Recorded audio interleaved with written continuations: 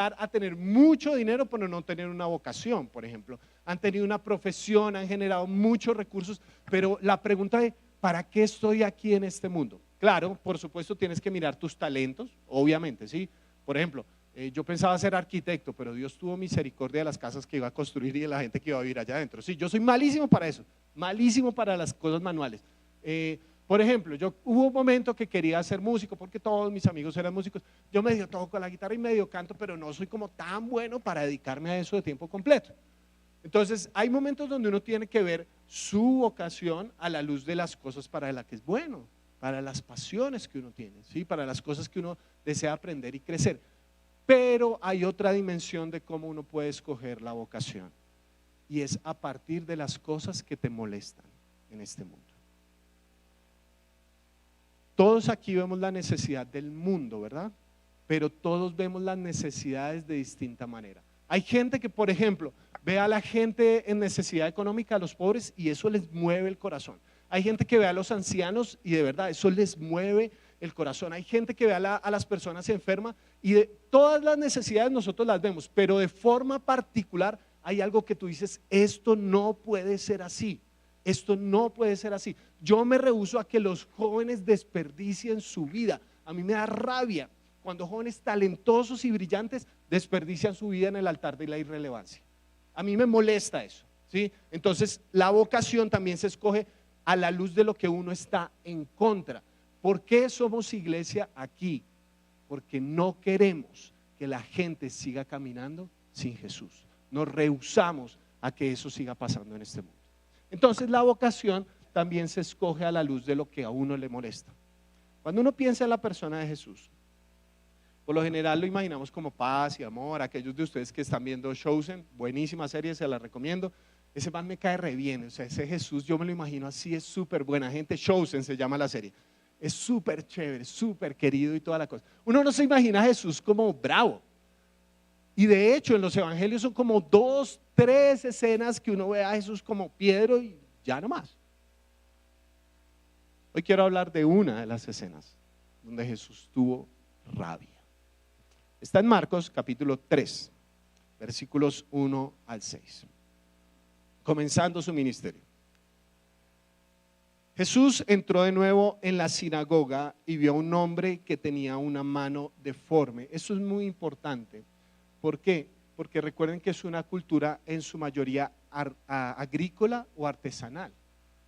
Entonces la gran mayoría de trabajo, digamos a diferencia de los griegos, que los griegos para ellos el intelecto era muy importante, entonces tú podías ser un intelectual que hablaba en el agora, para los judíos no.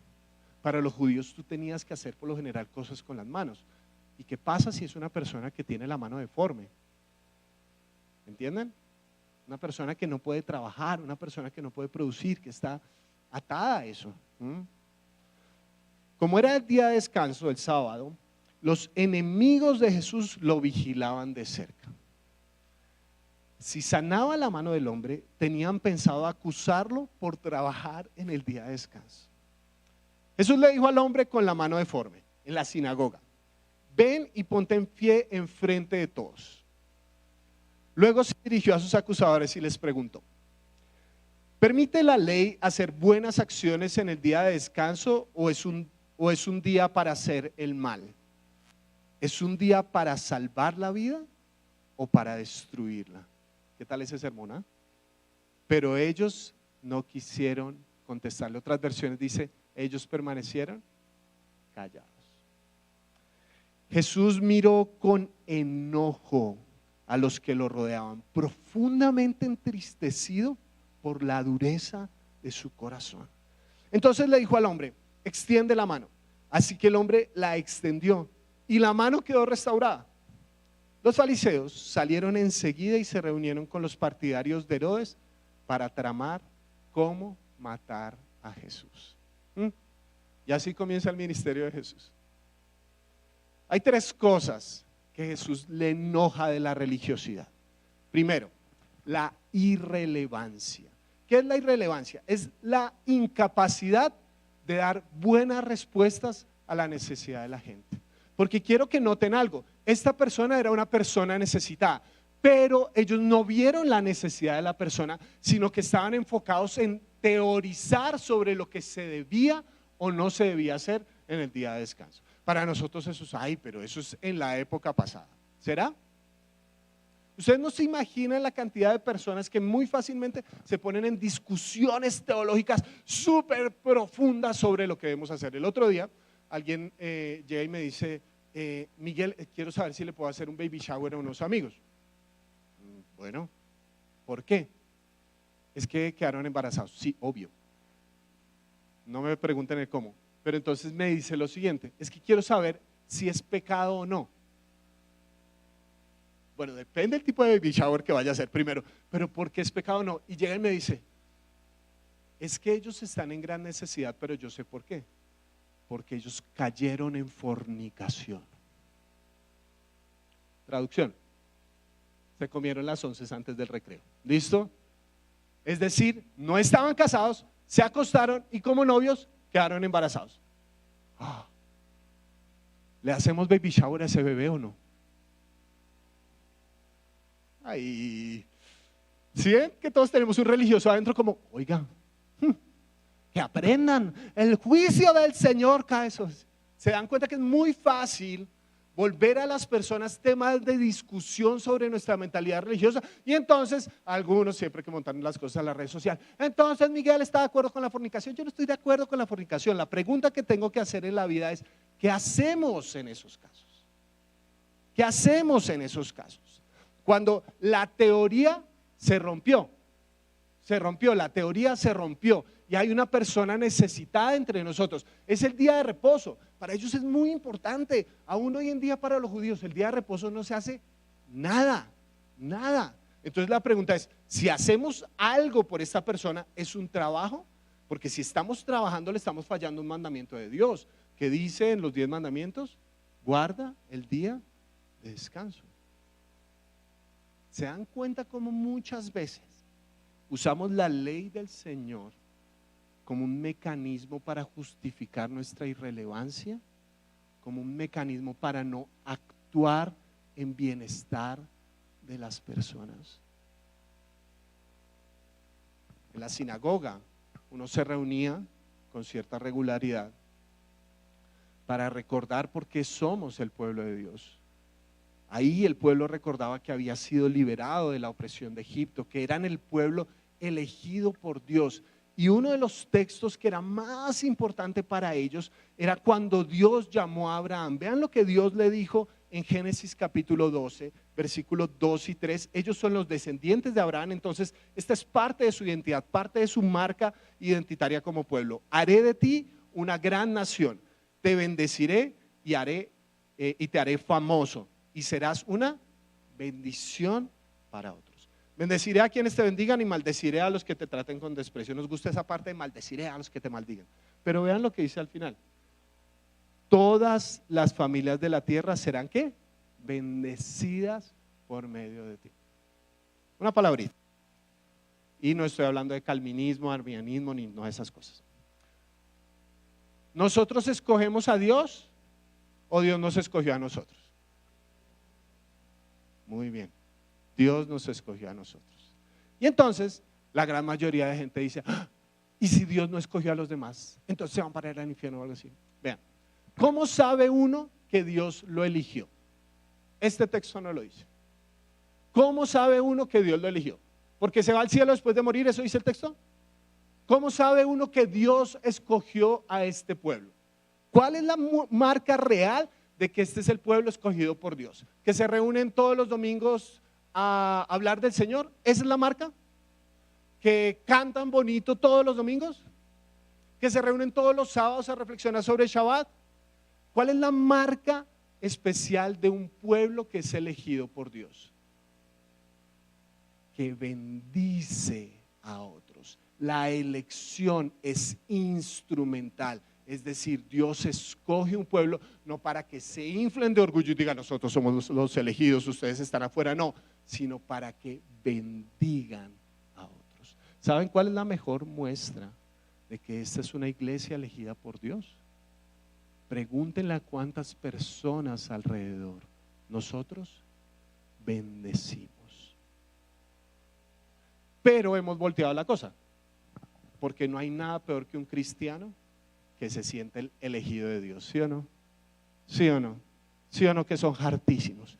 Ay, es que yo sí soy elegido por Dios. Y usamos eso como orgullo y para inflar las cosas.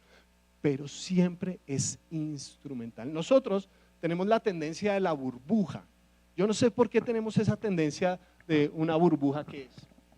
¿Qué es la burbuja? Armamos nuestro gueto, nos encerramos nosotros, ¿sí? Como para que el mundo no entre a la iglesia, ¿vale? Entonces nos encerramos entre nosotros, para que aquí en las sinagogas solamente estén las personas sanas, ¿vale? Nos encerramos dentro de nosotros, pero el propósito de Dios siempre ha sido expandirse hacia los demás. Piensen en el concepto del templo. El templo en principio era un tabernáculo y después que se volvió un templo fijo, era un lugar donde la gente iba. Pero Jesús rompió esa idea, porque Jesús dijo que Él era el templo. Él dijo, ¿recuerdan? Destruyan este templo y yo lo restauraré. Es decir, el punto de unión entre Dios y nosotros ya no es un lugar, es Jesús. Pero no contento con eso, Pablo posteriormente dice que nosotros somos el templo del Espíritu Santo. Dios queriendo expandirse, Dios queriendo salir de las fronteras para tener contacto con la persona, y nosotros tenemos la idea de encerrar a Dios aquí. Eso, queridos, es irrelevante. Porque a veces nosotros pensamos que la iglesia es el último bastión de bondad que le queda a este mundo que está dirigido hacia el secularismo. Que la iglesia es el único lugar donde se preservan los valores de este mundo. Que nosotros como iglesia estamos previniendo al mundo de que venga el juicio de Dios. Les voy a decir una teoría.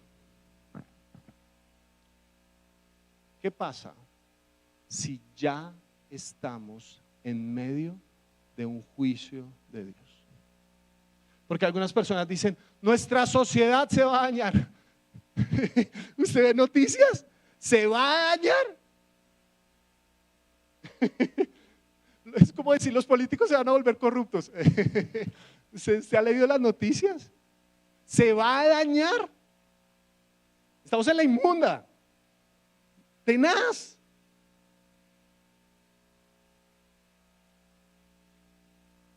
¿Qué tal que Dios ya haya mandado muchos juicios sobre nuestra nación por una razón?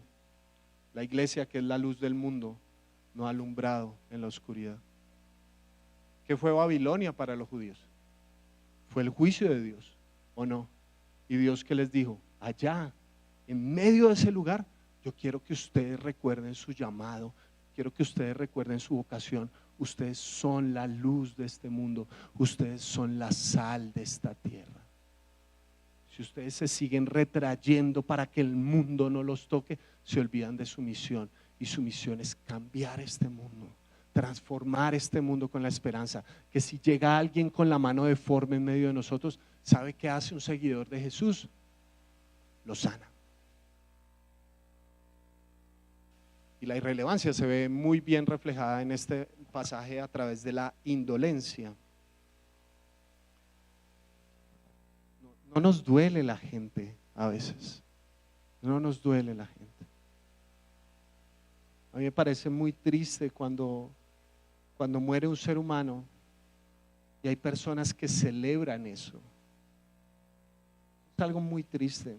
Yo no sé si ustedes recuerdan, hace unos años hubo una separación en el tiempo. ¿Se acuerdan del autor Robin Williams? ¿Sí? Resulta que él tenía un trasfondo cristiano, pero también sufría de depresión. Posteriormente él se suicidó, ¿vale? Muchos de nosotros, para mí, uno de los mejores actores que yo he visto, extraordinario. Su risa era realmente contagiosa y era profundamente emocional. Después de que él se ha suicidado, sale a la luz que él tenía un trasfondo cristiano, que con cierta frecuencia y con cierta regularidad él asistía a reuniones cristianas. Y ahí miren qué pasó en los medios cristianos. un análisis profundo sobre por qué Robin Williams debía estar en el infierno. Años después murió el científico Stephen Hawking. Lo recuerdan porque es este científico que por su enfermedad y su condición física estaba atado a una silla de ruedas y hablaba por medio de un computador. Un astrofísico extraordinario, muchos de sus descubrimientos aún hoy en día están siendo motivo de análisis sobre los agujeros negros, el tiempo, la masa, el espacio, un montón de cosas extraordinarias. En algún momento él creía en Dios al principio de su carrera, pero posteriormente dijo que él no creía que hubiera un poder superior. Es decir, Stephen Hawking se consideraba ateo.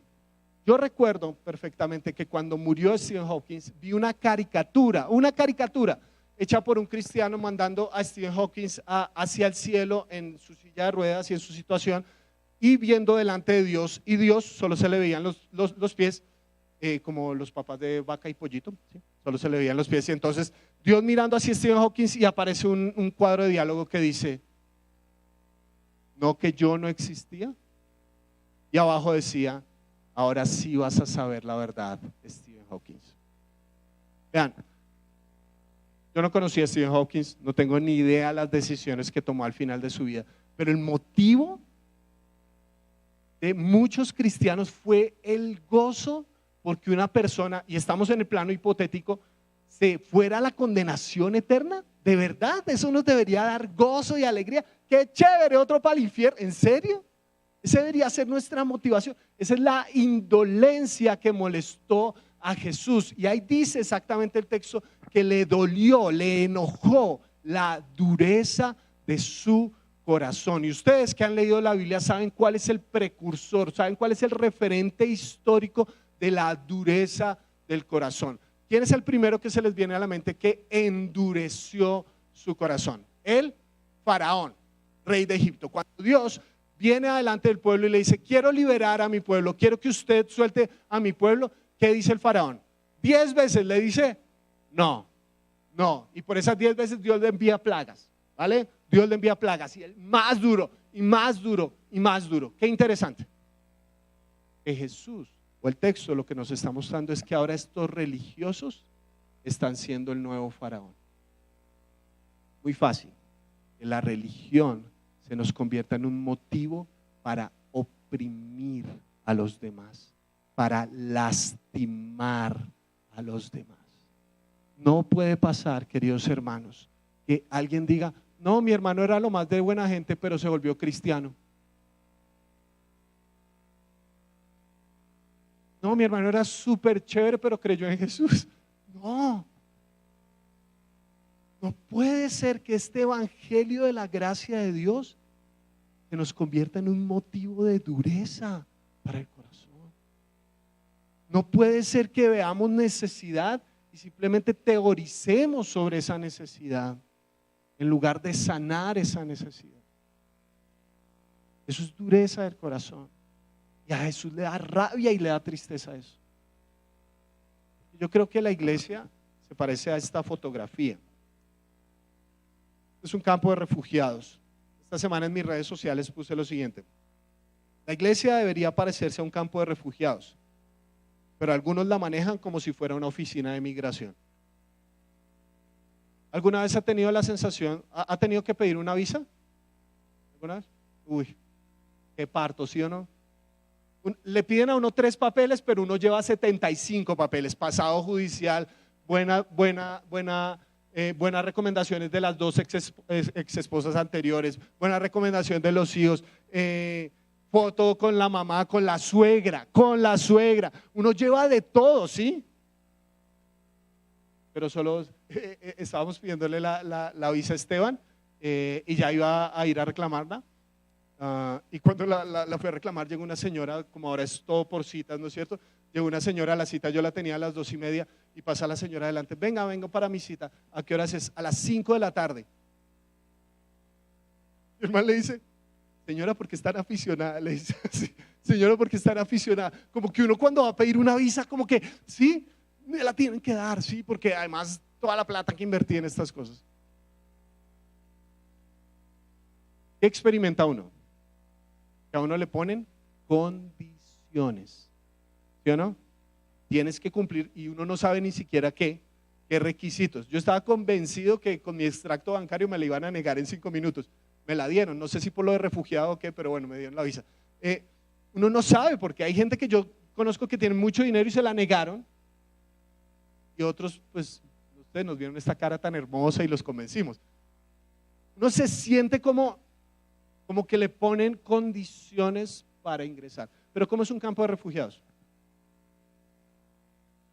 Allá llegan primero las personas que tienen necesidad, que están escapando de su país, por violencia, por persecución, por cualquier circunstancia, tratando de buscar ya ni siquiera un futuro mejor, sino tratando de encontrar algo de vida, ¿me entienden? ¿Y cómo llega una persona a un campo de refugiados? Llegó, hermano, lo recibimos y aquí vemos qué hacemos. Pero a veces nos parecemos más a la oficina de migración. La sinagoga era la oficina de migración. Tienes que cumplir estos requisitos. Si estás enfermo, no vengas el sábado, no sea que de pronto trabajes, ¿sí me entienden? Como que le ponen un montón de requisitos cuando la iglesia debería parecerse más a un campo de refugiados, a un lugar donde la gente llega para encontrar refugio, un lugar donde descansar, un lugar al cual pertenecer. Y por último, Jesús le molesta la inconsistencia. ¿Cuál fue la palabra que más Jesús asoció con los fariseos? Hipócritas. Jesús aborrece la hipocresía. Aborrece la hipocresía. Nosotros por lo general pensamos como los pecados, ¿sí? Los pecados sexuales, cosas así. Pero Jesús reiteradamente, la mayor molestia que enfrentó contra los religiosos de su época es que eran hipócritas. Decían una cosa, pero hacían otra.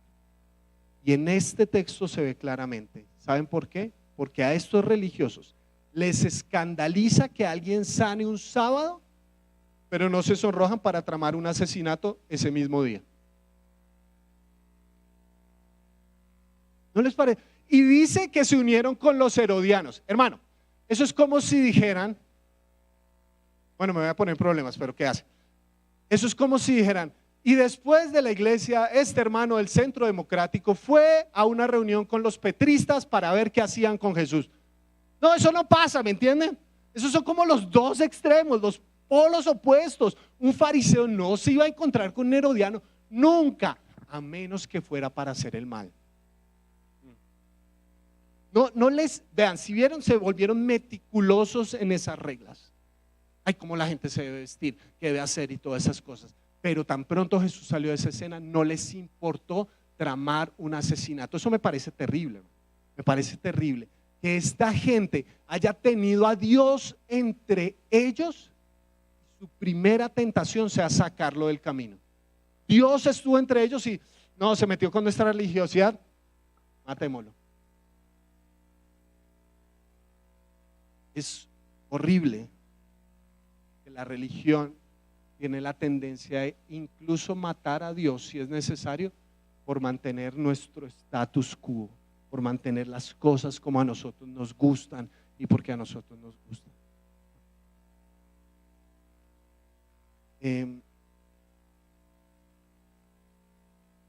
Bueno, tengo un amigo que de pronto algunos de ustedes han escuchado, es un predicador y escritor, se llama Itiel Arroyo.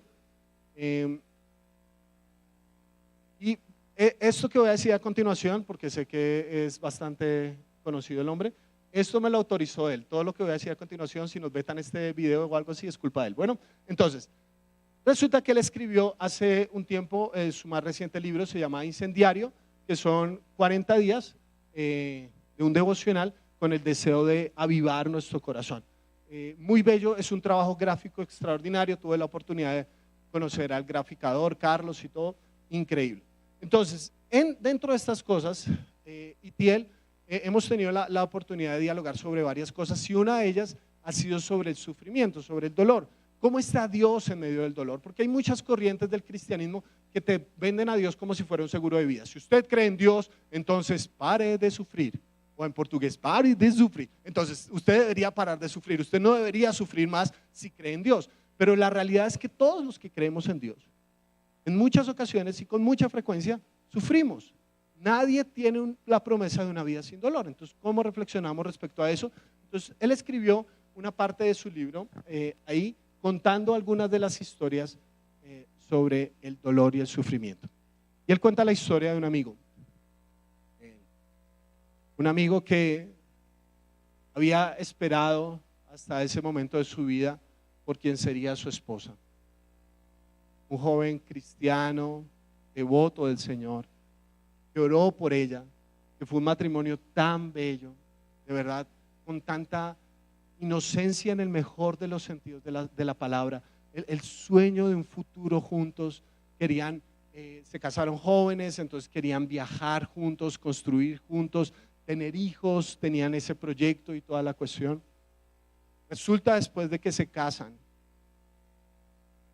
ella se enteran que tiene cáncer, un cáncer brutal, tan brutal que acabó con su vida en unos pocos meses. Imagínense ser uno viudo antes de los 30 años, con los sueños de una vida por delante, que todo lo que imaginabas de un momento a otro colapsa por esa maldita palabra, el cáncer. Y él se reunió con él y dejó esto escrito en su libro. Dice: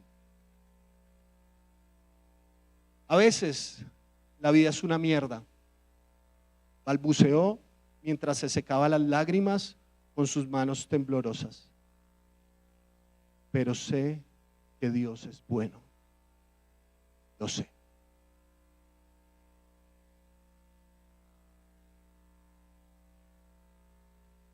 El religioso que está dentro de nosotros dijo: ¡ah! Dijo una palabrota. ¿Se dan cuenta de la indolencia de la religiosidad? Nos escandaliza más que alguien en un púlpito diga la palabra mierda a que una persona haya perdido el ser que ama por causa del cáncer.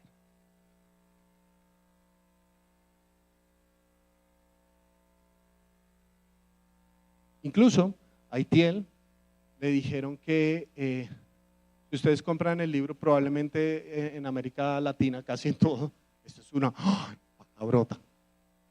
Le pusieron asteriscos y todas esas cosas. Le pidieron que pusiera asteriscos. Qué religiosos somos. Qué religiosos. Que queremos guardar las estructuras de nuestra pulcritud y que nadie diga esto. Gracias a Dios, Juan me va a dejar seguir predicando después de estas cosas. Pero ¿cómo pueden decir una y mostrarla en vivo y en directo? Nos vamos a ganar un strike en YouTube. Hermanos, a veces la vida es una mierda y la iglesia debería estar ahí para abrazar, para sanar a las personas, porque eso fue lo que hizo Jesús. Esta no es una oficina de migración, este es un campo de refugiados donde nos abrazamos y nos amamos, que si se levanta alguien que tenga la mano paralizada, no decimos: ay, ¿será que es correcto sanarlo o algo así? Sino, ¿sabe qué hacemos? Como hizo Jesús, venga, y lo sanamos.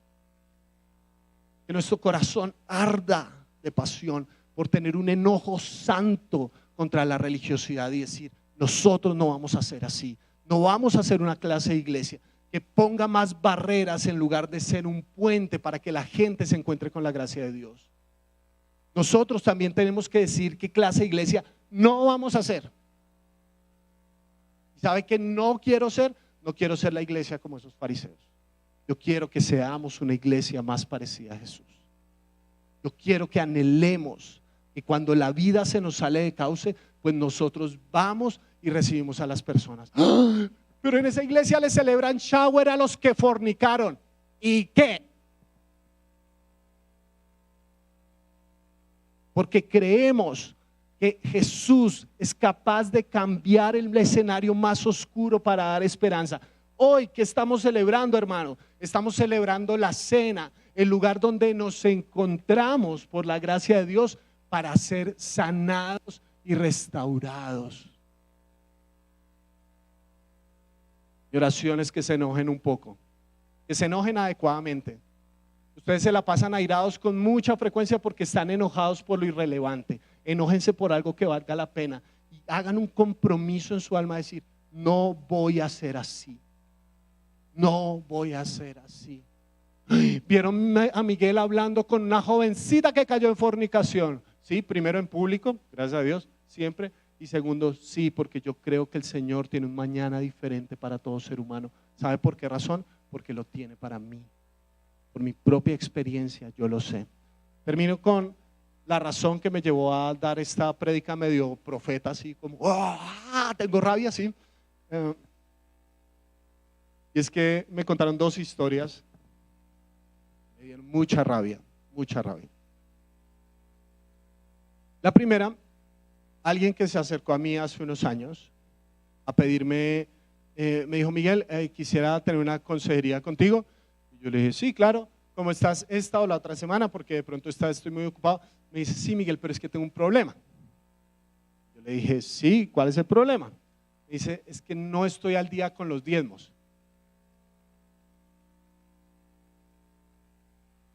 Yo le dije: ¿y a mí qué me importa? ¿Sí? Entonces yo le dije: pero ¿y eso qué tiene que ver o qué? Entonces me dice: no, Miguel, es que me tengo que poner al día para que tú me des consejería.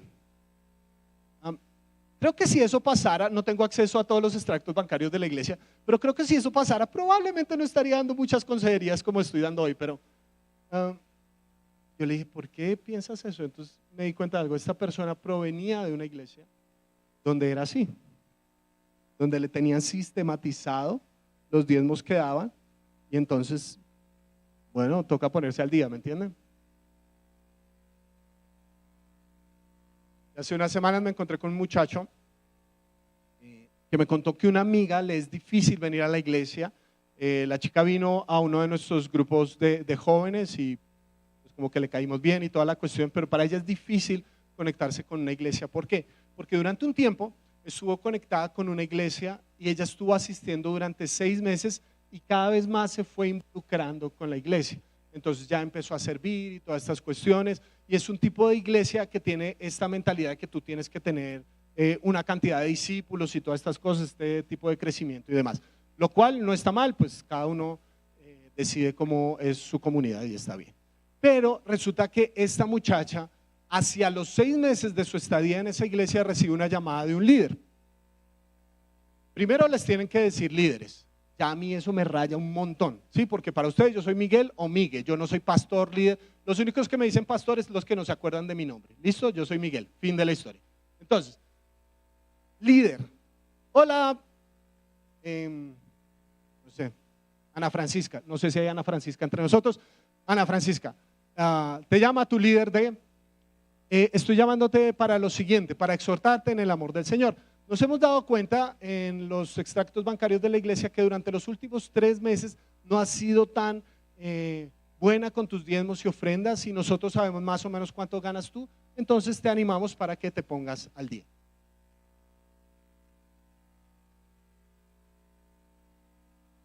Vamos a empezar a implementar, no mentira, no vamos a empezar a implementar.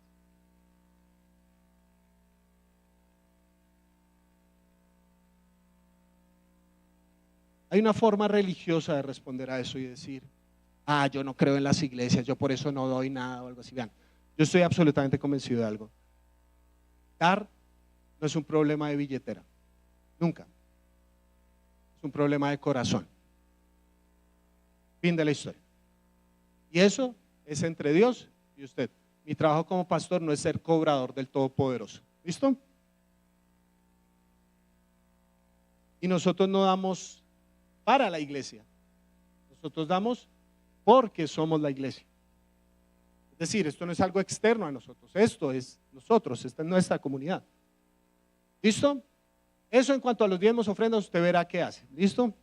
El Señor lo redarguya en lo que tiene que redarguir. Pero tenemos que tomar una decisión. de no ser esa clase de iglesia.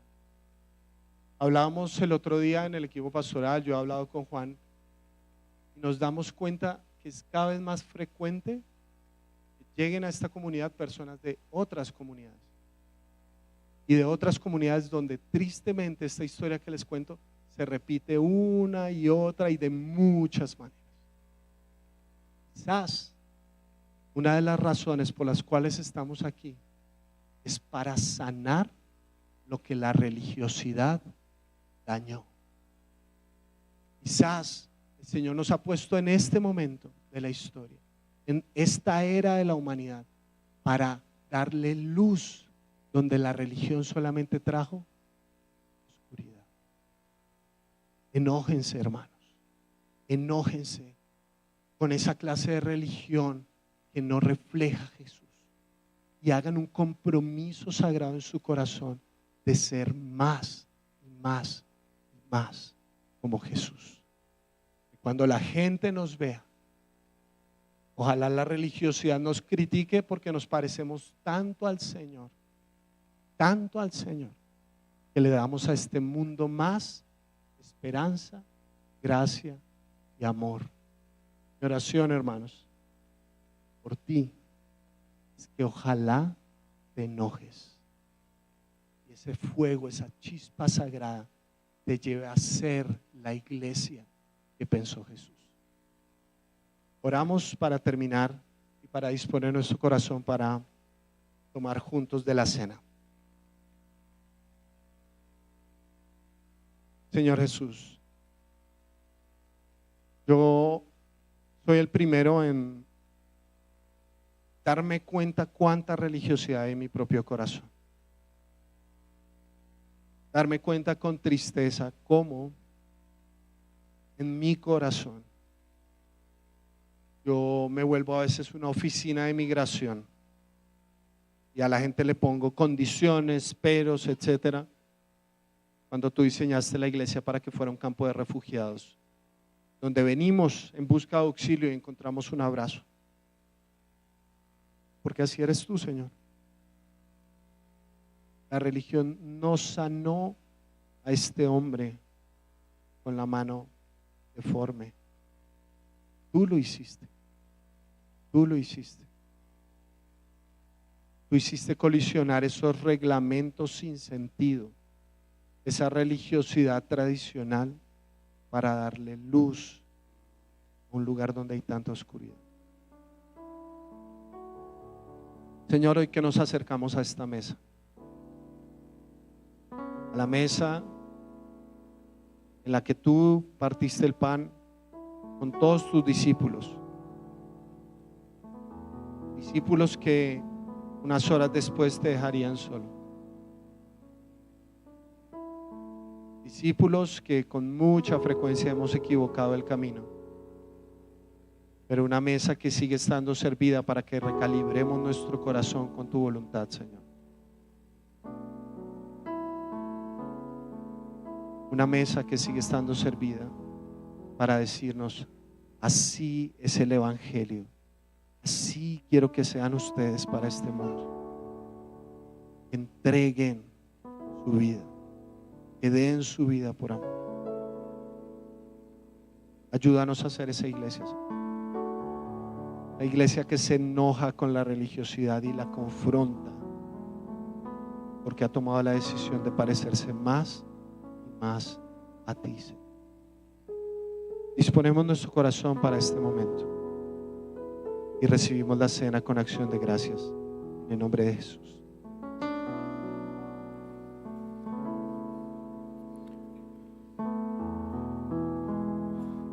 Celebramos la cena y damos gracias porque el Señor es profundamente relevante en el día de hoy. Es muy, muy sensible a nuestras necesidades y todo lo que Él buscó que su pueblo, que cada uno de nosotros fuéramos, Él lo vivió en su propia vida. Por lo tanto es muy consistente. Damos gracias al Señor por eso. Y el Señor nos permite cada vez que tomamos la cena, no exclusivamente esperamos, sino también en otras ocasiones, pues revisar nuestro corazón y veamos en nuestro corazón dónde podemos crecer un poquito más en esa relevancia, sensibilidad, ser consecuente con nuestra fe. Vamos a orar allí en silencio unos minutos y revisemos nuestro corazón. Tenemos un Dios perdonador.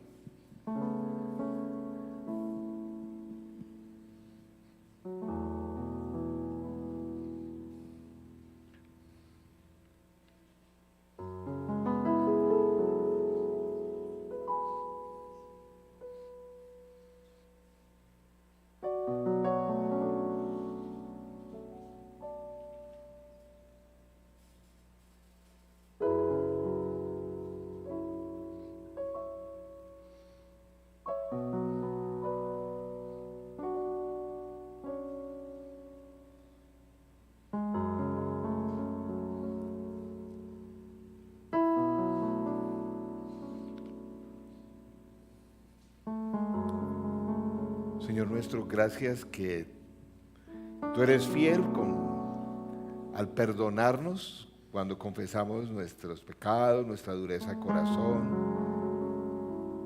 Y Señor, gracias que tú sigues trabajando en nuestras vidas y